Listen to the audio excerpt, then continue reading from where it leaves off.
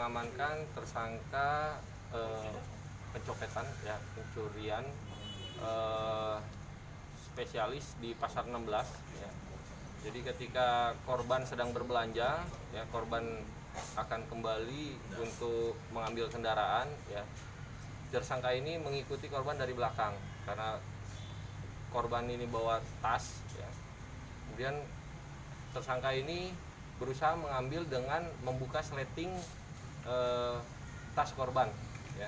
Kemudian tidak lama tersebut ketahuan oleh korban dan tersangka berlari dengan membawa tas isi dalam tasnya. Kemudian korban meneriaki maling dan mengejar tersangka, ya, dan dapat oleh warga, ya, sempat dipukul juga oleh korban, ya, dan si tersangka ini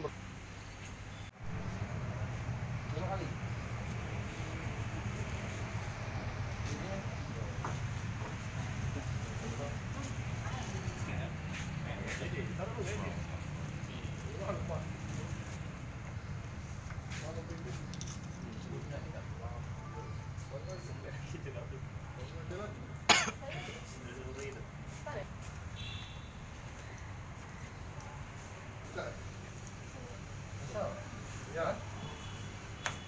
Hah? Oh, ditangkap di mana pertama?